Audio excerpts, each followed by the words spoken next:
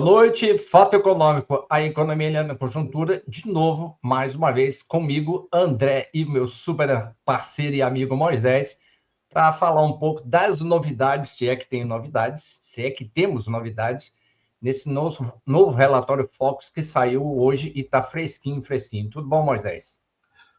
Tudo bom, estamos chegando aí, né, de cabelo cortado, barba feita, para falar Isso sobre o aí. Focus. Então vamos lá, quais são as novidades do Focus ali, se é que existem novidades, né?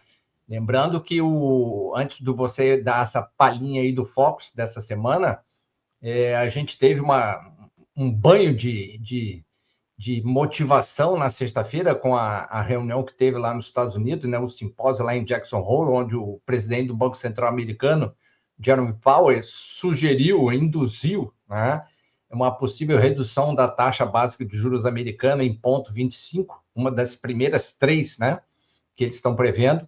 E isso deu uma puxada boa no mercado financeiro na sexta-feira, só que hoje, segunda, o mercado já deu aquele pessimismo tradicional, vendo com os títulos do Tesouro subiram e enfraqueceu um pouco o dólar, né?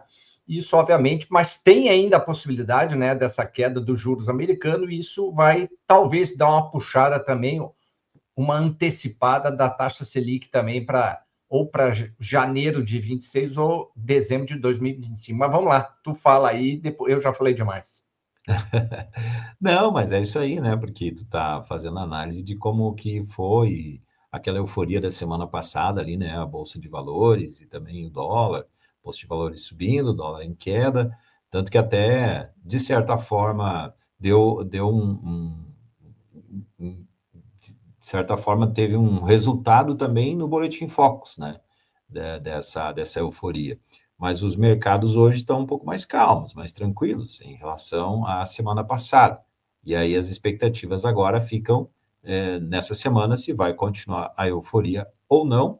Mas como tu bem falou, isso tudo é por algo bem pontual, né, que está acontecendo. Mas dando uma olhada então no nosso Boletim Focus, a gente vê que teve uma queda generalizada ali nas expectativas, especialmente da inflação, que nessa semana a expectativa é que ela feche o ano em 4,86%, há uma semana estava em 4,95%. Então, é uma queda, assim, que ela tem acontecido já várias semanas, né? Por exemplo, há 4 semanas estava em 5,09, há uma semana 4,95 e hoje 4,86. Então veja que é uma queda mesmo e parece que, pelo que a gente percebe, está dando resultado, então, né, essa política monetária restritiva e o mercado está sentindo que a inflação está numa tendência de queda mesmo. E amanhã, nessa semana mesmo, a gente vai ter também o IPCA 15, já para ter uma ideia de como é que está a inflação também nesse mês agora de agosto. Nós tivemos PIB também em queda, mas isso é resultado também dessa política monetária restritiva, né, porque restringe o crédito, enfim, a gente sabe, né, que quando tem uma taxa de juros bastante alta, a restrição ao crescimento também acontece, né, porque o objetivo é baixar a inflação, mas daí tem essa contramedida, vamos dizer assim, que é a queda da atividade econômica também junto, né? Porque muitos dos agentes econômicos, eles vão procurar o crédito, por exemplo, para melhorar a capacidade produtiva, só que esse crédito está um pouco mais alto, e aí segura a onda, né, naquela expectativa de que as taxas vão cair, apesar de que a taxa básica de juros, a Selic, ainda está na expectativa de ficar nos 15%. Então, isso certamente é algo que tem a ver com essa queda também do PIB. E o câmbio, como a gente estava falando antes, né? R$ 5,59 é a expectativa de fechar o ano. Não está muito longe do que estava na semana passada. Na semana passada estava em 5,60. E há 4 semanas estava em 5,60 também. Mas acompanha, de certa forma, né, essa tendência de queda pelos fatores que você estava explicando ali no início. Então, é isso que a gente vê no Boletim Focus. Claro que daí a Selic, né, com a expectativa ainda continua a mesma, de baixar, de ficar nos 15%, fechar o ano em 15%. Ainda é uma taxa básica de juros bastante alta, ainda o mercado está vendo que, apesar de está dando resultado, essa política monetária mais restritiva, ainda, né, são necessários bastante gastos, especialmente por parte do governo, o fiscal ainda é uma preocupação, e também a gente tem aí as preocupações com o que está acontecendo no mundo, né? Apesar de não se falar tanto, mas ainda tudo que a gente está vivendo no momento agora, ele converge para uma cautela maior por parte dos mercados, por parte do setor produtivo, enfim, ainda existe uma certa incerteza, apesar de não se falar tanto, né?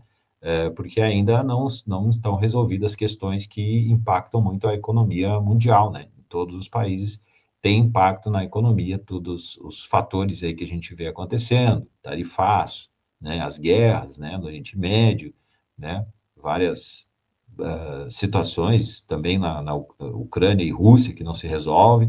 Isso tudo, então, vai impactando, de certa forma, fazendo com que a incerteza ela esteja instalada, né? Talvez ela não impacte diretamente e se estabilizou essa incerteza, mas ela ainda existe e ela ainda também faz com que os mercados estejam cautelosos, André. Tu sabe assim, ô Moisés, eu tenho 3 curiosidades desse relatório Focus. A primeira é com relação ao IPCA, que caiu pela primeira vez em 2027. Né? Aí você vai me dizer assim, mas 2027 está muito longe. A probabilidade da gente errar é altíssima, eu também concordo, mas é a primeira vez que apareceu uma queda do IPCA para 2027. Esse é o primeiro destaque. O segundo destaque que eu dou assim é a diferença de índice cheio do IGPM para o IPCA. Né? O IPCA a gente sabe que é o índice de preço oficial do Brasil. Né? O IGPM é conhecido como índice dos aluguéis, calculado pela FGV, o IPCA é calculado pelo IBGE, né? E a gente vê uma diferença bem gritante, assim, o IPCA quase em 5%, 4,86%, e o IGPM, que é o índice dos aluguéis, em 1,04%. Né?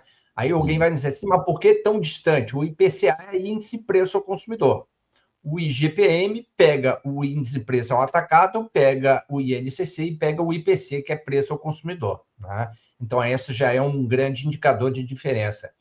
E o terceiro a gente faz aquela visita tradicional ao supermercado, eu sei que você também faz, né? E a gente não consegue enxergar a queda de preço no supermercado, mas o IPCA está caindo. Né? Isso é que é uma curiosidade grande. Aí a gente vai para as redes sociais, a gente vê lá dando codinomes engraçados lá para o presidente do IBGE, dizendo que os dados estão sendo manipulados, mas é uma coisa muito interessante, né?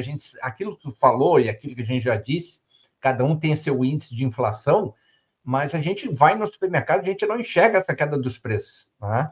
Mas vamos ver se até dezembro a gente consegue enxergar isso daí. Né? Eu Isso, acho de que são certa essas 3 forma, grandes características desse relatório Focus. é verdade. Não, mas assim, tipo, isso de certa forma, não digo incomoda, mas as pessoas ficam se perguntando, né? Tipo, né, alguém fala isso, estão explicando que está caindo, tem expectativa de cair, né? Mas aí a gente fala no mercado, como tu bem diz, chama atenção isso. Então a gente, como agente de saber o porquê que isso acontece, né? A gente tem que dizer que nem sempre a gente trabalha com um índice geral. Imagina que você tem ali o índice que é a inflação, o IPCA, que é feita a pesquisa, por exemplo, dentro das capitais, nas capitais, né? Mas é claro que existe muitas outras dinâmicas que acontecem para que o preço chegue lá na hora do consumidor com outro valor. Vamos dar só um exemplo, o preço da gasolina, por exemplo. Você vai em determinados locais do Brasil e do país, o preço da gasolina é um, e em outros é outro, por vários fatores que não vamos elencar aqui, né?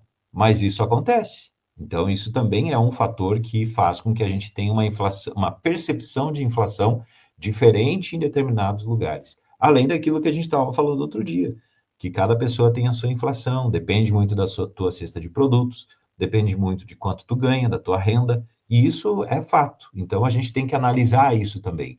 E a gente que fala sobre economia tem que falar isso, porque as pessoas têm que entender. Às vezes, a gente sabe que a inflação ela é afetada também por agentes econômicos e entre eles estão os consumidores, que somos nós. E quando a gente entende essa dinâmica, é muito mais fácil da gente raciocinar e entender o porquê que isso está acontecendo. Às vezes pode até afetar, né? Por exemplo, pode afetar a oferta e demanda. Ah, tem pessoas que, por exemplo, vou citar um caso, no caso da carne. Tem pessoas que quando sobe muito o preço da carne de gado, ela começa a consumir a carne de frango. Por quê? Porque ela é mais barata, né? Carne de frango, fica mais caro por algum fator também, vai consumir a carne suína, e assim vai. Se melhora o preço, a tendência sempre, a preferência é a carne, né? A carne bovina. Mas aí E tem dá-lhe bem essa substitutos, né? dinâmica que faz com que a oferta e a demanda ela vai fazendo com que o preço suba ou caia.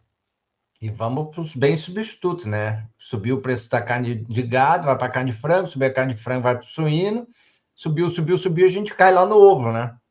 Então Isso. vamos tentando substituir aí para manter uma alimentação saudável e o poder de compra, né? Acho que é Recentemente isso. aconteceu isso, né? Recentemente a gente teve esse caso. No final do ano passado, início deste ano, o preço da carne estava exorbitante, a carne E o bovina, né? preço do ovo também, E com o aquela preço do crise ovo lá da também, e economia aí americana. aconteceu isso, né? Então Né? a gente percebe essas coisas acontecendo e aí a gente vai entendendo melhor. Mas é isso, André. Acho que fechamos aí o relatório Focus dessa semana sem muitas novidades, né? Com essas três características, né? A diferença grande de IPCA para IGPM, primeira queda do IPCA ali para 2027, né? E os preços ainda bem comportados, né? Eu ainda acho que enquanto as tarifas não forem o estopim de uma nova crise entre os dois presidentes, eu acho que a gente pode, com muita fé em Deus, fechar esse último trimestre desse ano aí com uma estabilidade de preço aí. Né? E aí, muito possivelmente, uma redução ali ou em janeiro ou em dezembro ainda da taxa Selic. Vamos ver. Tá? Acho que ficamos por aqui, né, Moisés? Grande abraço, bom te ver. Bom te ver também. Um forte abraço e até a próxima edição do Fato Econômico. Voltamos.